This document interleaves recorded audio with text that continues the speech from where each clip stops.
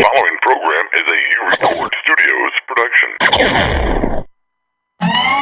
No experts, no insiders, just fans.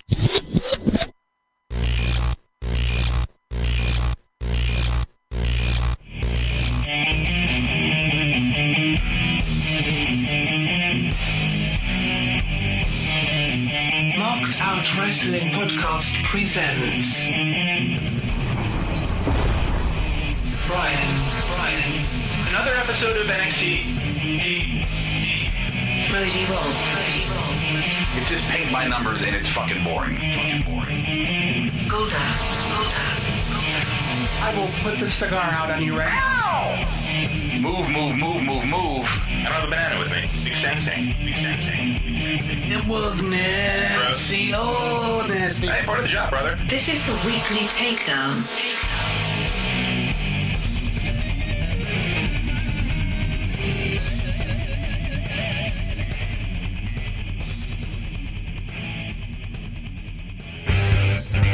Oh, happy days. What happy day it is. It is Thursday.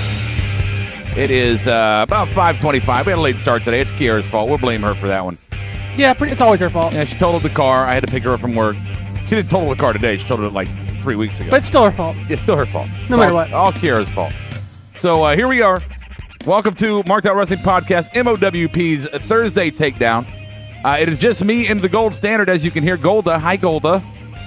Hi, Mr. Rob. There we go. It's just us two tonight.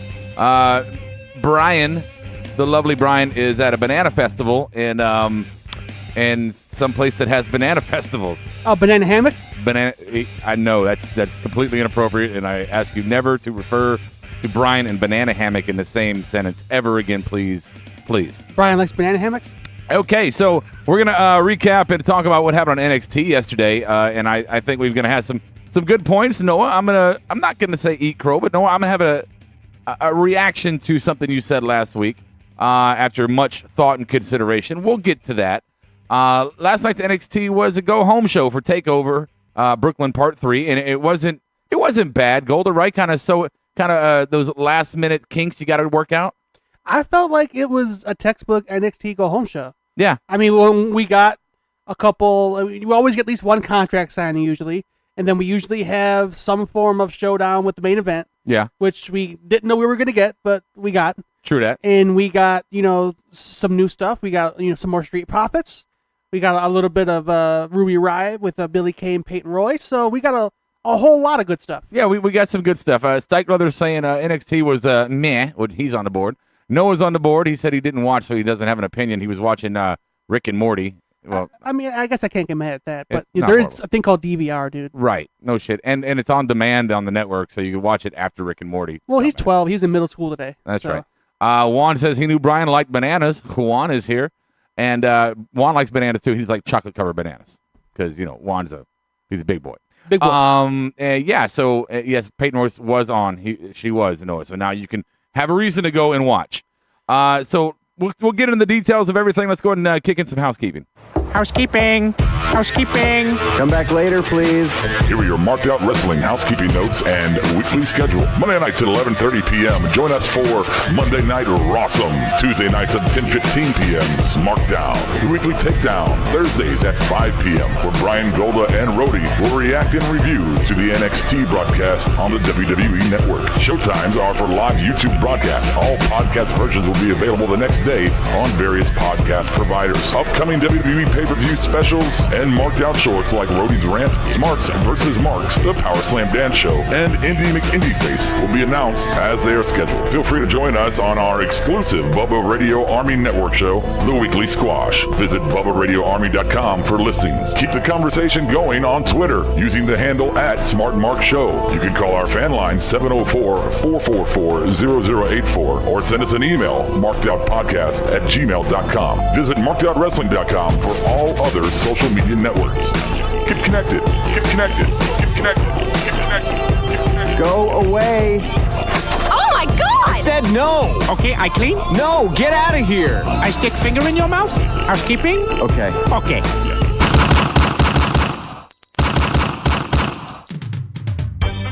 All right, so we're going to jump into some bullet points here, and we're going to have Goldie lead the way. Bullet points. All right, first off, I want to say congratulations to Asuka. She broke the WWE record for the longest women's title reign that was previously held by Rockin' Robin. Oh, yeah? Yeah, 502 days. I remember Rockin'. I liked Rockin' Robin. She used to wrestle, Sensational Sherry. Yeah.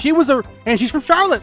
Good old Charlotte girl. I did not know that. I just found that. I looked her up. Well done. Because, I'm a real journalist and shit. You are. Do your thing. That's what I do. All right, see, what else do we have here? Okay, Daniel Bryan has been hinting about getting back in the ring, and there's been reports saying that Brie has given him her blessing to get back in the ring, whether it's in WWE or elsewhere. I don't think it would be WWE, right? No, they're too scared. I'm not even sure if they're going to let Kurt Angle wrestle. Right. Let alone him. NFL's going through a series of, good job, Stevie. Now you got to pull it down.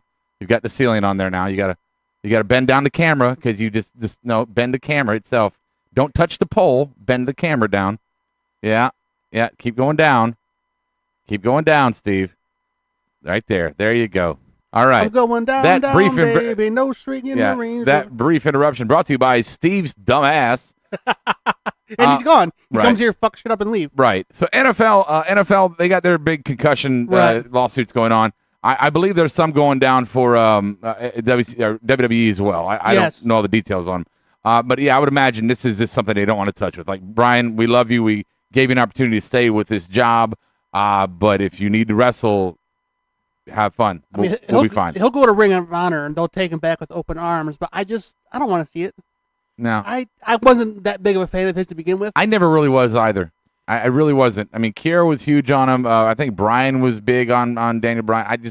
I never a big fan. I wasn't a fan of his in the Indies, WWE. He just never resonated with me. No. He just seemed like a little bit of a sissy. But all right. That's just me. What else you got? But see, Baron Corbin, he failed his cash in. Turns out that he's had a lot of backstage heat because of, he hasn't been taking his job supposedly seriously. He's been on Twitter.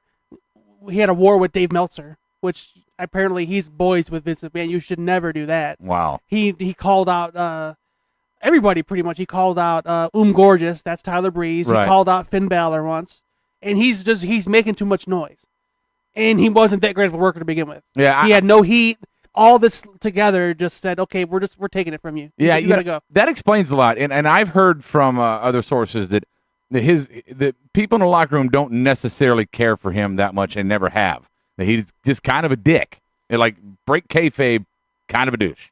And that would explain why that was one of the most unceremonious garbage uses for the Money in the Bank ever, and that I can remember. And that would explain a lot. Like, you know what? You want to be a dick? Then we're just going to take this from you because we'll do it now and not even leave you in the storyline. Yeah, they gave him the chance to take the brass ring, like Vince always says. Right. And he did nothing with it. Yeah. So, all right, moving on. Let's see. Apparently, somebody made Rusev very angry on Twitter. Hey, Shitman's here, by the way. Oh, Shitman, what's up, Poppy? Hey. All right. Okay. Rusev said on Twitter, Eddie Guerrero would have shook everybody's hand. That's classless, people. Lost all my respect. You know who you are. So talking about Eddie Guerrero specifically, either he's talking about Aiden English, who is Eddie Guerrero's son-in-law, or Sasha Banks, who is supposedly the biggest Eddie Guerrero mark in the world. Who would you think that was meant towards? Meet Bitch Brian. Sorry, I had to do that. Who would? I don't know. That's all speculation. I mean, if you want to, I guess Aiden English, but why would he be the guy that wouldn't shake hands? He should be lucky to have a job. Right. Really? But, both brands are together in SummerSlam. In New York City right now, getting ready for SummerSlam. Maybe Sasha wasn't shaking hands. Maybe he met Chavo. Hey, he could have. Could have. I don't know. All right. What else? Next up, this is going to be your favorite. I was saving this one just for you. Yay. According to The Observer, Dave Meltzer. Yeah. Global Force is trying to sign Jim Cornette to the company with hopes of having him on TV on a weekly basis. Got your two favorites, Jim Cornette and Jeff Jarrett. Oh, man. I don't hate Jim Cornette. I really don't. I do not hate. I think he is I think there's a couple screws loose, but it wouldn't be Jim Cornette without that. Sometimes I think he goes a little too far, and I don't agree always, but As far as his overall 85% of Jim Cornette, I don't mind, and I think he's actually kind of fun for TV. Right. So Jeff Jarrett, I despise, and you will never make me like Jeff Jarrett. There's nothing you could ever do to make me like Jeff Jarrett. But yeah, Cornette, I'm okay with that. I actually kind of wish Cornette would have some kind of a role on WWE TV. I really do. Even an NXT manager, I think would be fun. Yeah, I just think that he's so outspoken. Vince wants no part of that. Yeah. He deals with Heyman just because he's kind of a package deal when it comes to Brock.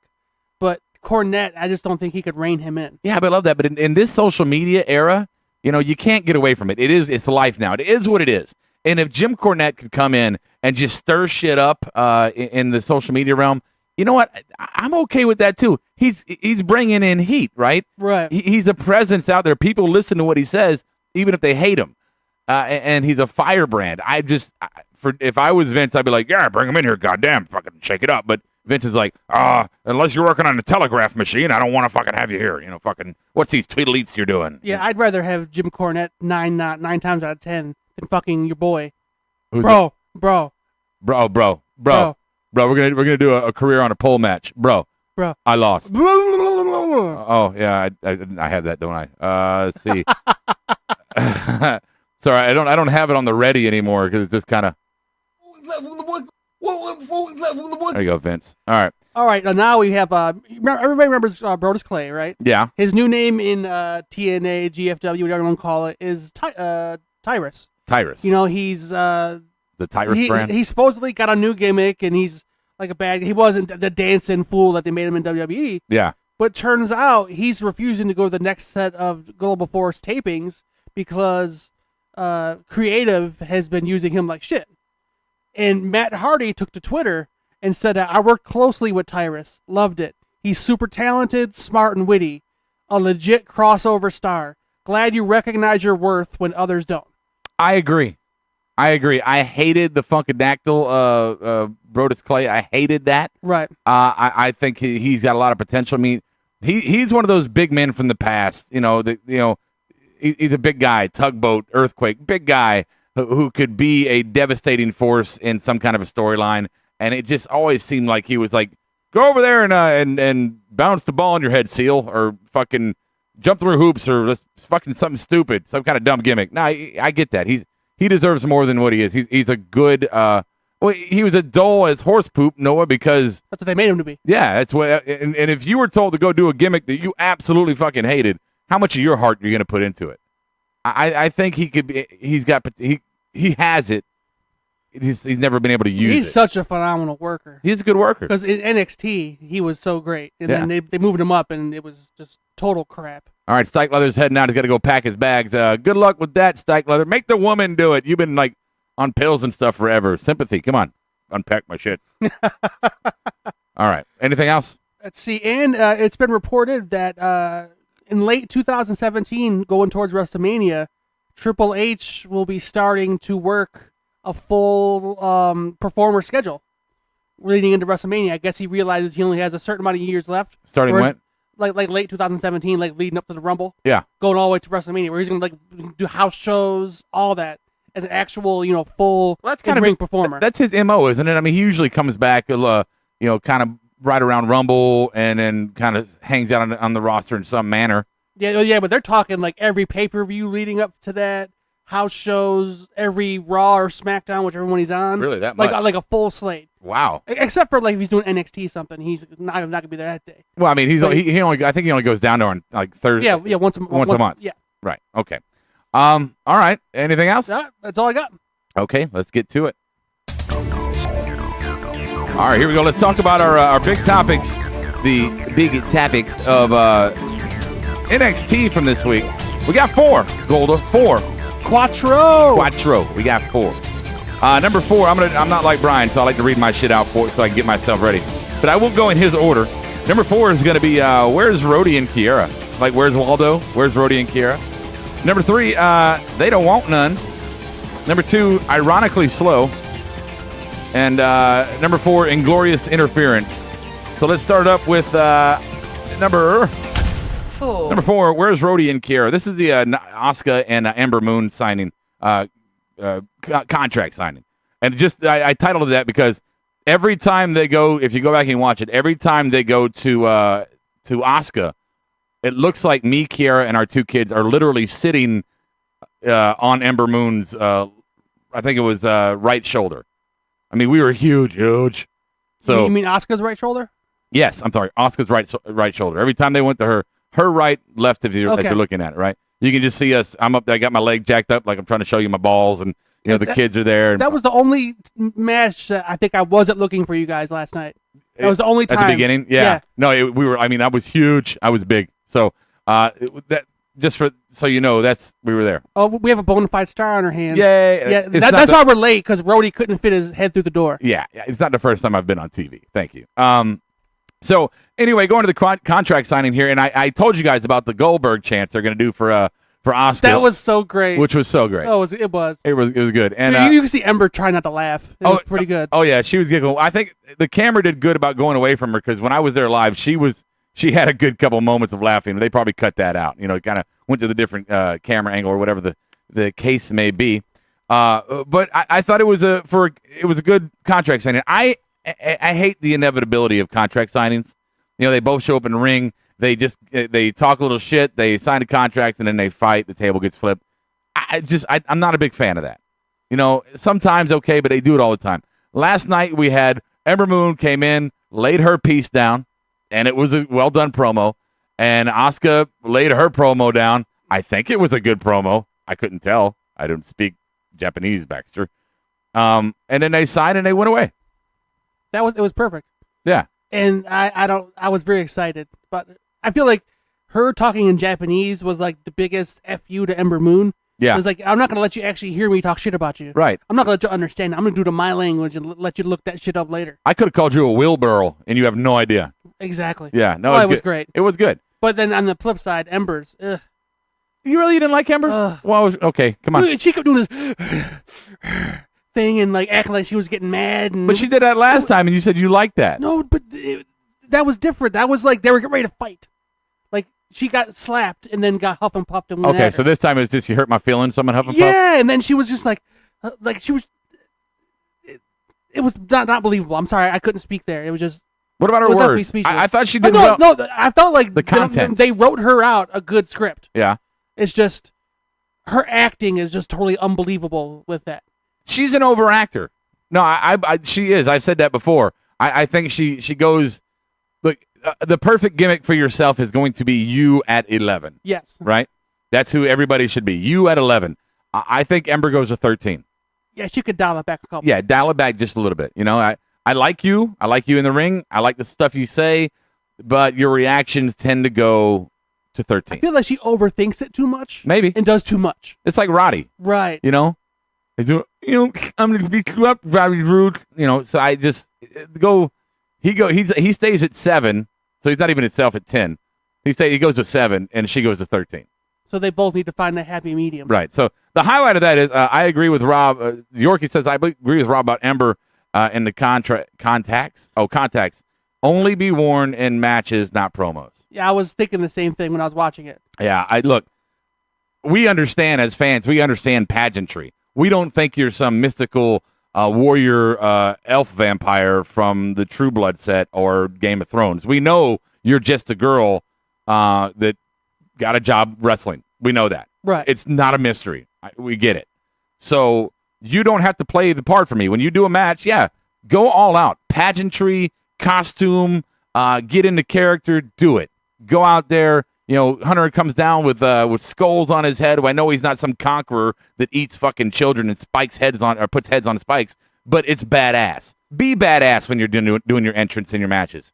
Right now, I want you. I don't need the contacts right now. I don't. Like I thought Ember, her outfit when she came out, I thought she looked amazing. Oh yeah, her and Asuka both looked great. They did, absolutely. I looked at Kira and I was like, Ember's looking tasty, and Kira's like, yeah, she is. So I agree. Swirl time, baby. Yeah, wrestling is all about overacting, Noah, but that's wrestling. That's in the match. Hogan did the Hulk out, and it was over the top, but that was in the match. Right. I'm okay with that, but I want you to give me just a little bit more of who you are on promos, especially contract signing. That's supposed to be an official occasion. Just give me you. You can be angry. You can be angry, but I don't need you blowing pyro up every time you get angry. Take the context out. That's all I'm saying. Just for that segment.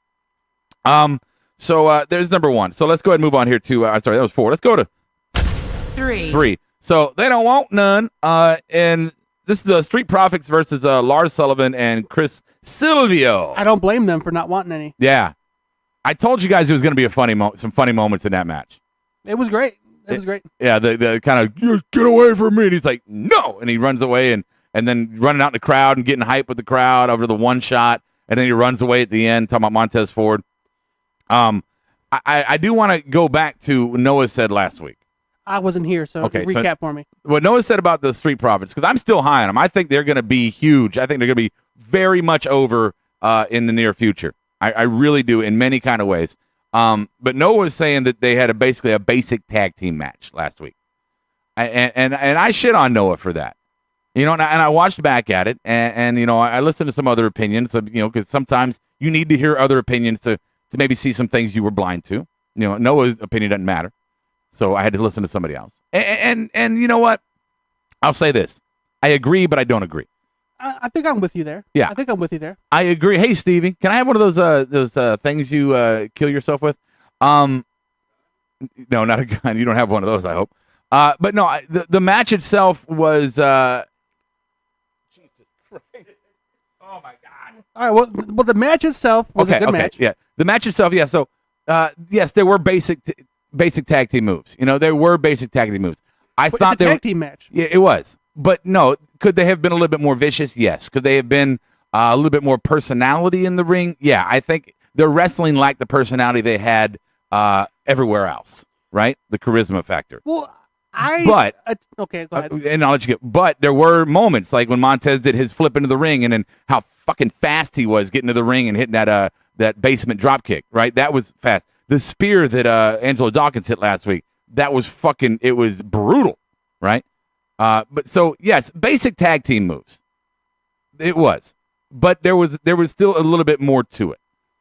Go ahead. Well, at the same time, you have to remember it's their first match on TV. Like they're going to be a little nervous. Right. They're going to have to overthink it a little bit just to make sure that their first time on TV isn't their last because they fuck up so bad. Right. No. Yeah. And they were safe. It was safe. Their personalities were out there, and it was great. The wrestling was a little safe. Yeah, but I feel like that was the perfect first match. Yeah. No. You had a couple guys in developmental that they're kind of introducing their shtick a little bit, and they're talking about the Metro Boys or whatever. Right. And then you had them have a match. It was one-sided, and it was kind of a quote-unquote generic tag match, but there was personality. Like, that was the best way to get their introduction to the, I guess, I wouldn't say the main roster, but to actual TV. All right. Hitman, so I noticed Street Profits' finisher is both of D'Lo Brown's, the setup, and his Sky High. Then they even do his version of the Frog Splash, which is the arms between the legs version. I'm no longer sold on NXT tag teams because they are amazing on NXT and then they're slaughtered when they come to the main roster. That's a whole different conversation. Noah says I like them too. I just don't think they're amazing. Well, again, I've seen them do more detailed matches at home shows or house shows rather. So I've seen their capabilities. You've seen 2 matches on TV. So yeah, you haven't seen everything. But to go into Hitman's point, yeah, that's true. But again, wrestling's been around forever, and every move has been. I mean, to see a new move is rare, but you can combine different moves to make it look new. I don't get caught up in the leg when Nia Jax did the leg drop. I don't go, oh, Hulk Hogan did that. It's what it is. And I love the Frog Splash. No one's done a Frog Splash like that really since D'Lo Brown. It's a very quick one. It's fucking up and it's boom, down. boom. Yeah, it doesn't need all the extra flair. Right. Because he has flair everywhere else in everything he does. So I don't want to get caught up on Street Profits real quick. I do want to go back to someone before we move on, but Lars Sullivan. I mean, Chris Silvio, say whatever you want about him. I don't care. Say it in private. Lars Sullivan, I'm really curious where this is going to go. You got to think that this is like the 3rd or 4th time we've seen this now, and it's got to build to something eventually. I wonder if it's going to build to him getting a real tag team partner. like somebody like big as fuck like him, or maybe. Or it builds to him just going solo. When Regal's like, I just can't put you with anybody. You can have solo matches. That's what you need to do because apparently you're just not going to cut it this way. So here you go. Here's a solo match. See how you do. I mean, I'm really mad that they paraded his ass out there and then he didn't even get in the ring at all to do anything. Because I think he's a little raw. He's green, but he's a phenomenal athletic big man, especially with all the power moves he does. Yeah, his legs are as wide as my stomach. He's a huge dude. Dude, he does not skip leg day. I feel like he does leg day every day. Dude, I met him and it was like talking to a wall. He was so big. Like Trump would be like, put 40 of him on the border, we'll be done. He is nice huge. as fuck, but yeah, he's a huge dude. Noah, you're making me out to hate these guys. I don't hate them. In fact, I think they're a good tag team. But what I'm saying is I don't think that they're revolutionary like you hyped it up. Again, I know, Noah, I'm not saying that you're bashing it. I'm just saying that maybe, I'm sorry, I thought you would react the way that I saw them. But again, remember, I've seen them in house shows. I've seen them do more than you've seen. I don't think you've seen a tag team with charisma like this in a very long time. Let's see, Hitman, they can be some fun faces, but not sure they will be champs, maybe ever. Think Cass and Enzo. No, I just completely, 100% disagree with you. No, because both of those guys have talent. Enzo couldn't wrestle his way out of one paper bag. Montez Ford might be one of the most athletic guys on the NXT roster. Angelo Dawkins is one of the most underrated guys on that roster. They can both talk. They both have charisma. They can both move, wrestle, and they have talent. There's no comparison there between Enzo and Cass. Not at all. And they got some black cups came out. I was gonna say, if you were excited about the Red Cup Rebellion, well, WWE has decided to change that, and now they have the black cups. They're gonna be having black solo cups with their logo coming out, which are fucking cool. I think it's a mistake. You took away Montez Ford's red shoes, which was getting him hype all over the live show circuit. And I guess I understand that. But then they took the solo cup away so they could market and sell the black cup. I don't know why you couldn't market and sell a red cup. I mean, red solo cup doesn't have, you can't, there's generic brands of red solo cups. Yes. Right? They're just not solo, that brand. So you could do a red cup. And it's just, it sticks out. Red is attractive. It attracts to the eye. I don't know. I would have kept it. But well, I think they did it in their colors because for their gear, their color scheme is black and gold. Yeah, but it was just different. No, I'm totally with you, but that's probably why they went with that. But maybe they'll see that people are still bringing their own red cups, so maybe they'll go back to the red. I guess we'll find out. Yeah. All right. See, one more, and then we'll move on. Hitman didn't doubt their skills or talent. Simply where their spot is on the roster will fall. Well, we'll see. I mean, that's something we'll see.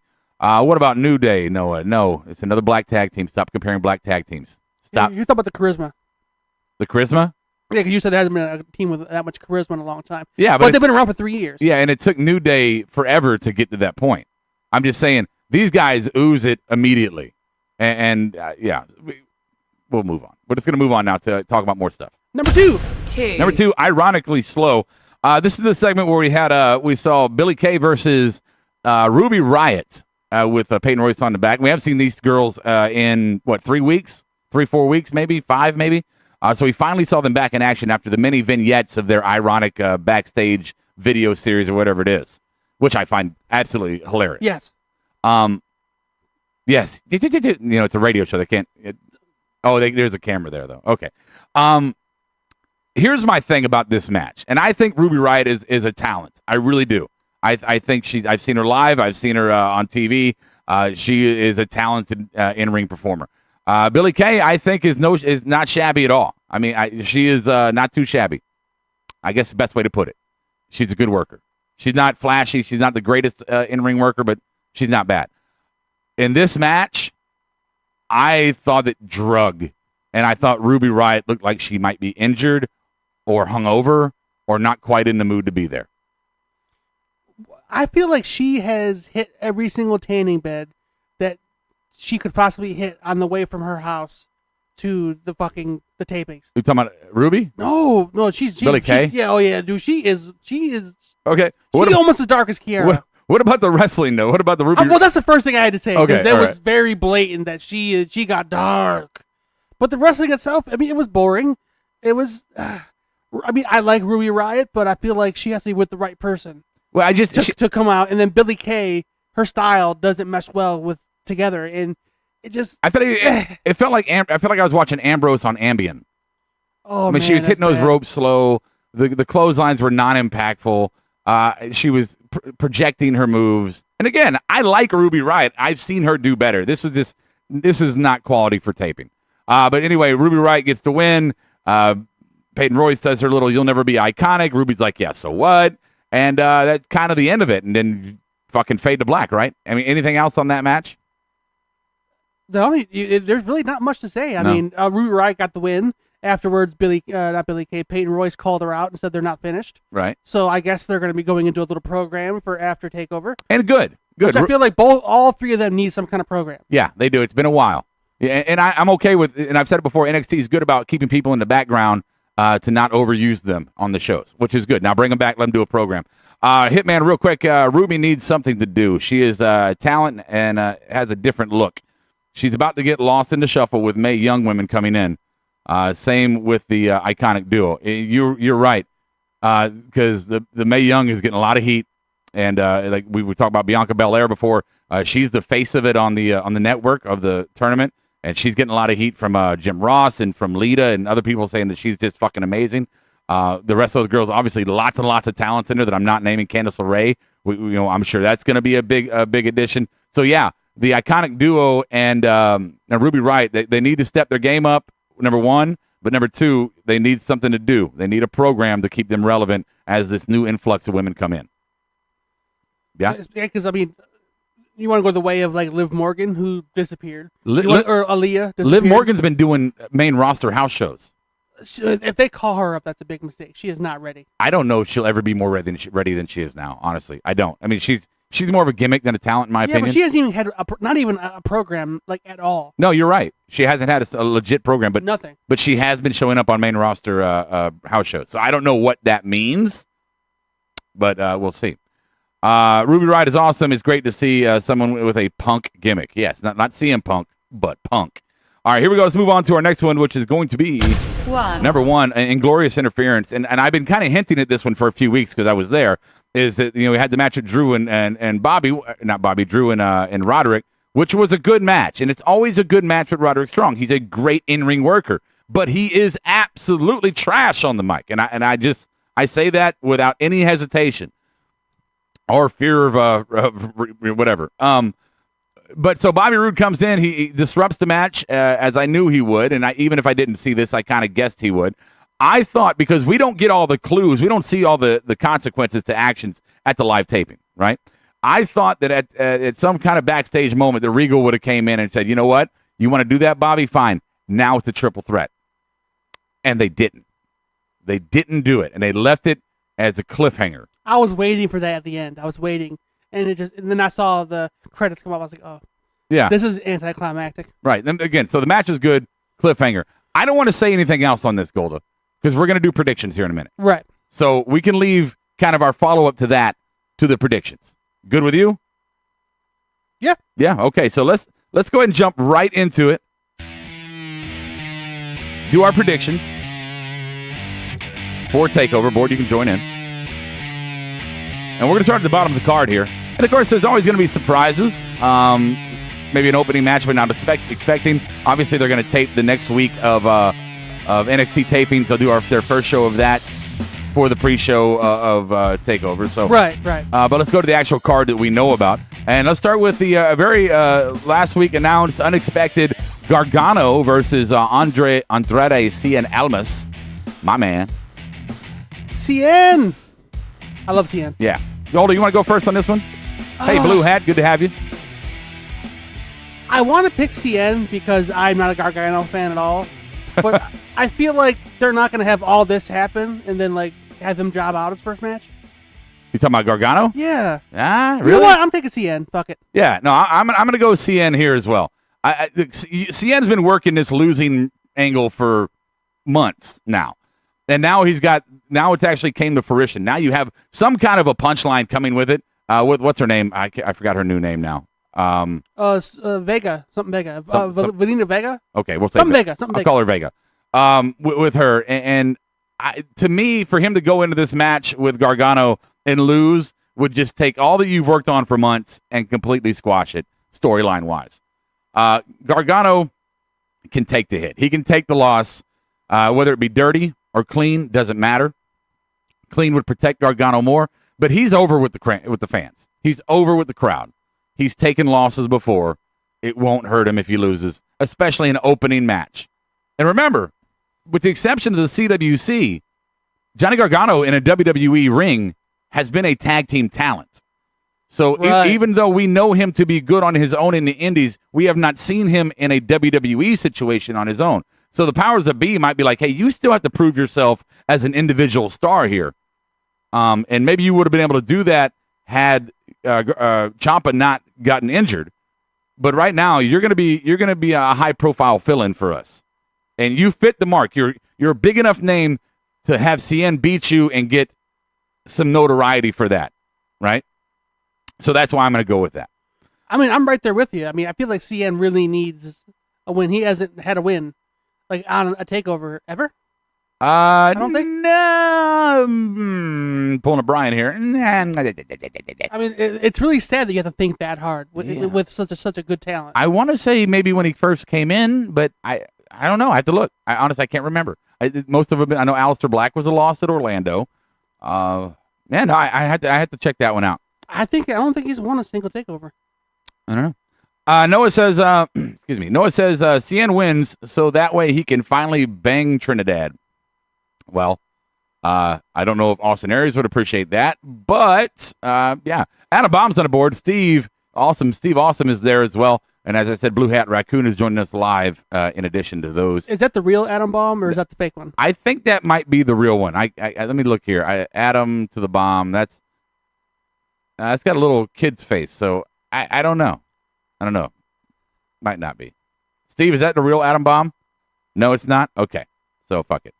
All right. Here we go. Next match is going to be Aleister Black versus Hideo Itami. I am not a Hideo Itami fan. I'm just not. But I am kind of excited about this match. I think the styles work well together. Yes. And Hideo has had not much success, and Aleister has had over-the-top success. Do you finally show Aleister to be kind of human? You did against O'Reilly, and he got over. So maybe you keep that streak going. You let Hideo get his first heel win over Aleister, showing that he's vulnerable, but still badass. So I'm going to take Hideo Itami on this one. I'm going the opposite. I'm going to take Aleister Black. And I don't really have a reason other than I just don't think Itami's going to cut it. No? I really don't. I'm hopefully I'm wrong because he is a phenomenal talent. He just hasn't translated as well to the North American wrestling as other Japanese stars have. Okay. Asuka, and, Finn Balor, they translated amazingly. He maybe blame it on injuries, blame it on the fact that he can't work as stiff as he used to. Yeah, true. I mean, it works for Nakamura, but Nakamura knows when to pull it back. Sometimes, Cena. Well, don't ask right. Austin Aries that he broke his eye. True that. Yeah, true that. True that as well. But I mean, I don't want to see Aleister Black lose until it counts. Okay, fair enough. I feel like you really need to leave that. All right, so you're going Aleister. Yes. I'm going to Tommy. Okay. All right, we'll see. We're going to make Brian give us our picks. Brian. Here we go. Next one is going to be AOP versus Sanity. AOP Sanity Gold to take it on this. Oh, I have Sanity all day. I really feel like the AOP is going to be coming up soon. The tag team division, really on both shows, is thin. There's. Can you name 3 tag teams on SmackDown? New Day, Usos, Fashion Police, kind of. Yeah. But they're not even wrestling. Right. See, Raw is the same thing. I mean, Sheamus is leaving for 2 months to film a movie. That takes out one tag team.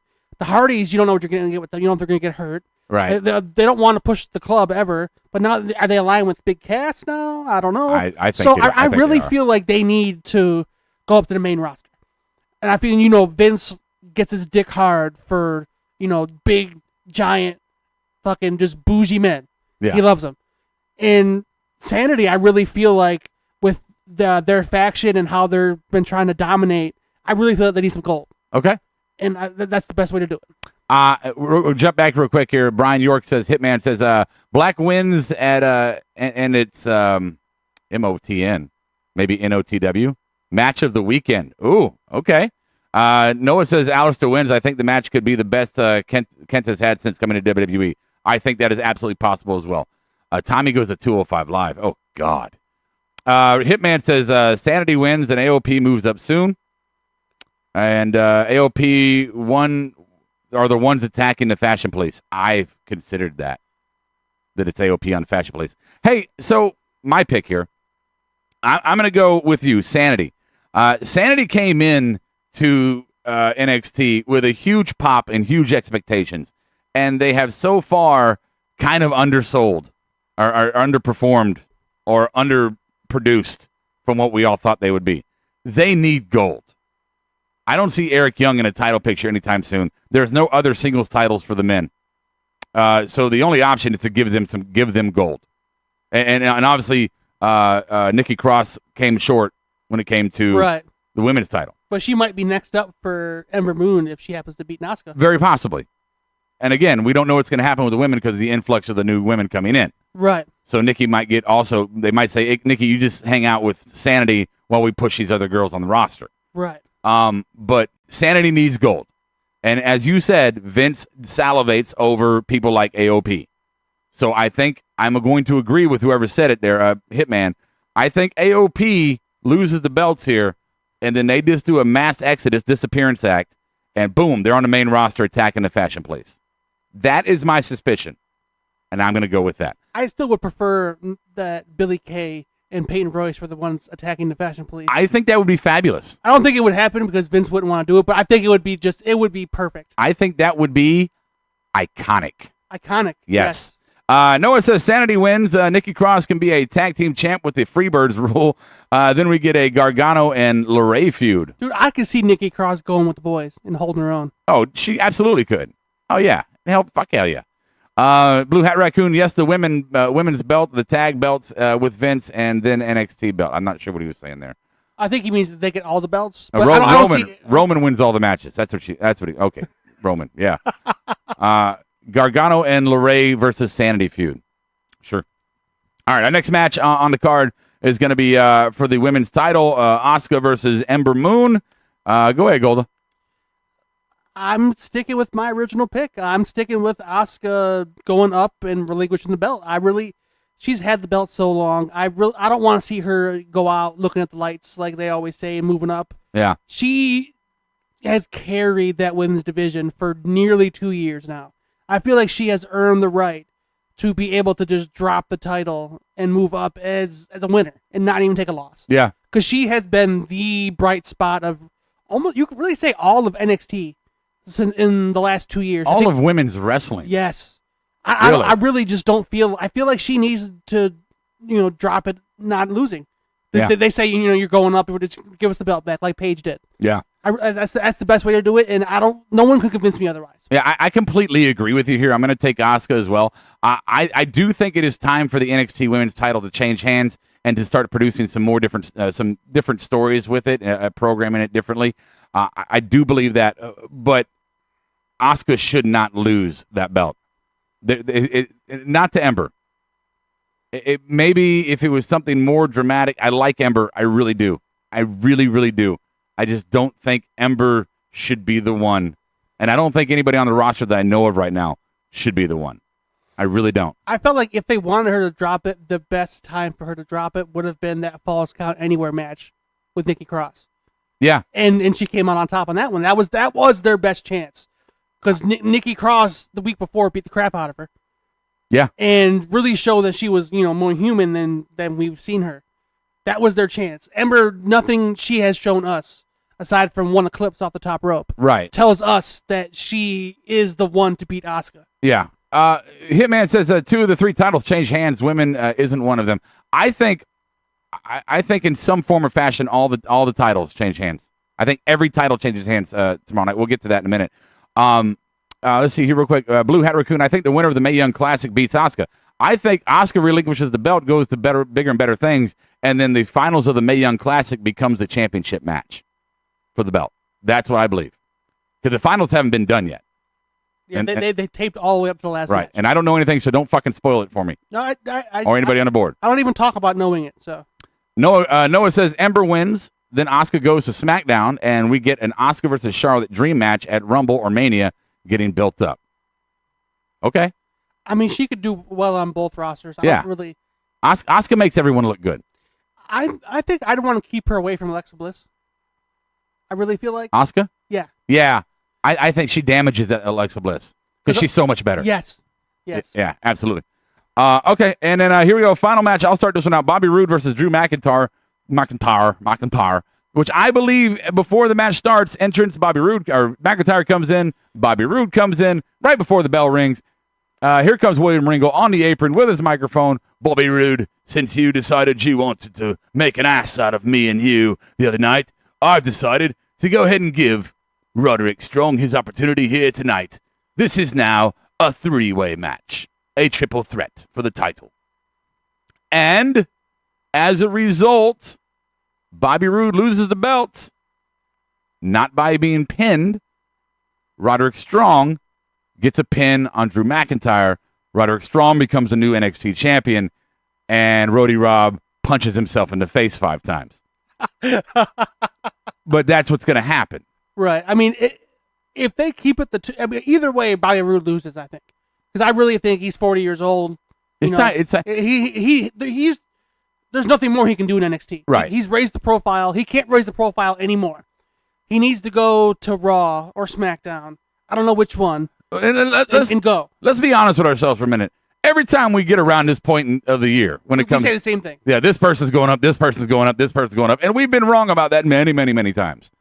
But it just feels right for AOP, Asuka, and Bobby. It feels right. They've been undefeated forever.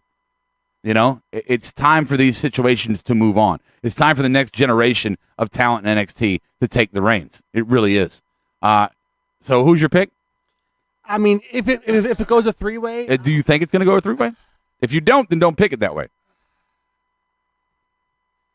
I'm going to say yes, just because I feel like that would really make the whole crowd just fucking lose it. Okay. I feel like that'd be like the time. And who wins it? Is Roderick Strong? Roderick Strong. Yes, Mommy, I finally won this title. It's like we can go to a trailer park now, Mom. I'm so excited, Mommy.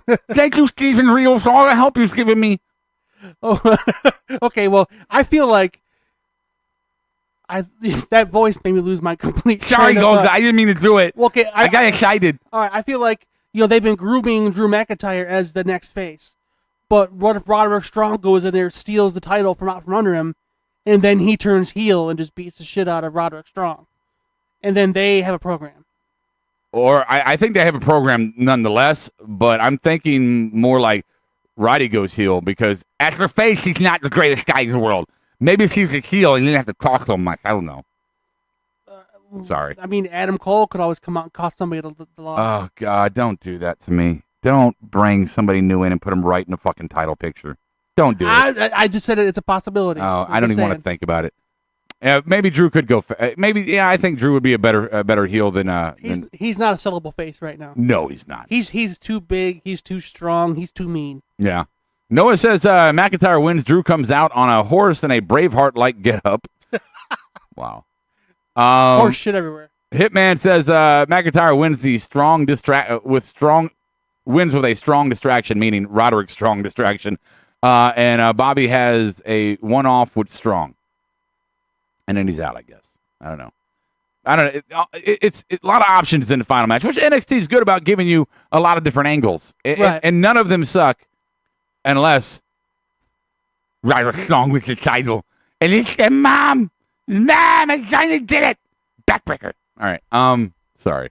Well, what would you rather have? Roderick Strong win the title or Adam Cole come out and cost somebody the title? Roderick Strong win the title. Okay, there you go. Yeah. That's your boy. That would be it. That's your boy. Yeah. Whatever. Okay. Our going on our sheet here, build for next week is TakeOver Brooklyn Part 3.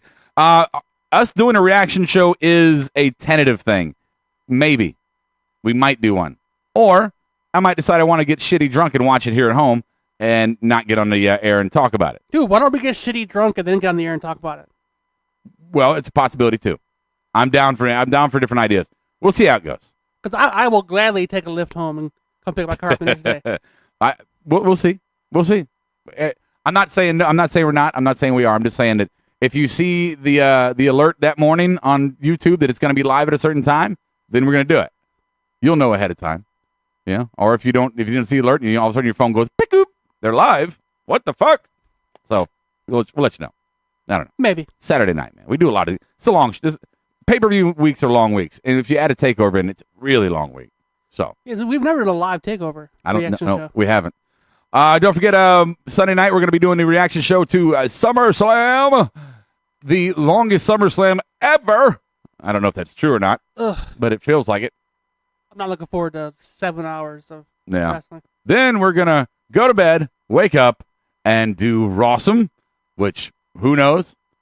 Then we're going to go to bed, wake up, and do Smarkdown. Who knows? And then we're going to do it all again next week with TakeOver on Thursday. Brian, hopefully for your guys' sake, we'll be back. So there we go. We're going to do final thoughts here, me and Goldie, and then we'll look at the board. Well, Goldie, go do your final thought. Go ahead, do it. Get it. My final thought is, you know what? I don't have a final thought this week. No? No, I don't. Okay. I don't. You don't have to. It's not a law. Yeah, just I don't know. I'm ready for the weekend, and I'm gonna say what I have to say for Sunday. Okay. Blue Hat Raccoon, Adam Cole, and Kyle O'Reilly helps Roderick to win the belt and starts a Ring of Honor team. Then a few months, Adam Cole gets jealous and beats him for the belt. Love it. I like it. If it's that way, okay. That's okay. Remember, I said help somebody win. I didn't say he was going to be in the title picture. You're right.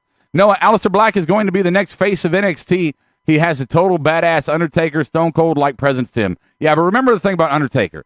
Undertaker had that badass presence, but how many titles did he actually hold? What, 5?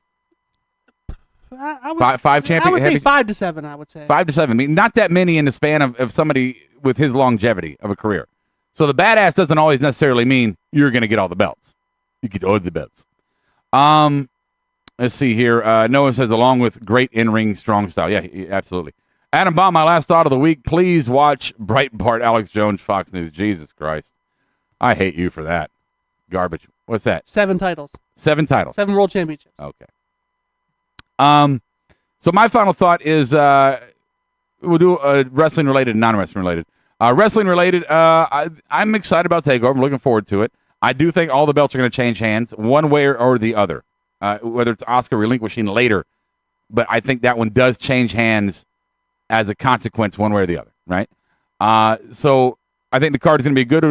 TakeOver Brooklyn is always produces. You know, I think Orlando was underproduced a little bit. It wasn't what we wanted it to be, but it's still good.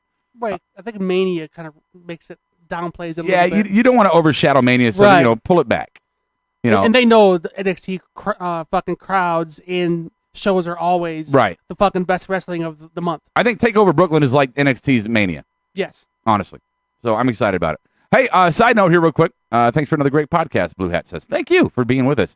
I've started a little Facebook channel. We'll see how it goes. I might not do it, but it's called Roddy's Rant. And if you want to go to Facebook, find Roddy's Rant and like it, I'm gonna be. That's where I'm gonna do. I'm gonna do my rants outside of wrestling. Like today, I did a rant, and Hitman was like, "I want you to do a rant about something," and I did it. So they're quick little 15 to 20 minute clips, maybe shorter than that, of just about everything from politics to religion to life in general. I got one video up there. I'm gonna be working on more graphics and stuff for it. But Roddy's Rant on Facebook, ROADIE''S RANT. If you want to like that page, that would be fun. Maybe we'll have fun with it. You guys can argue with me on a variety of all topics. So, yeah. And a bomb. Oh, Rob, it's just a joke. I know it was, like you liberals. Right, Bart. Yeah. Final thought for Hitman. Keep up the great work, guys. Each week you guys step it up. And Rob, your rant on Facebook was epic. More of that, please. Hashtag fuck Nazis. I can safely say fuck Nazis anywhere I want to. I think I could go pretty much. Yeah, I could go to a daycare and say fuck Nazis and nobody would criticize me. They would go, yeah, absolutely. Nobody would criticize me, but possibly, I don't know, the president? I'll catch you on the flip side. Marked Out Podcast is recorded, edited, distributed, and marketed at U-Record Studios in Charlotte, North Carolina. For more information on optimizing your podcast for increased listenership, check out U-Record on Facebook, Twitter, and email sales@urecordstudios.com or visit the website www.urecordstudios.com. Yes! Yes! Yes! Yes! Yes!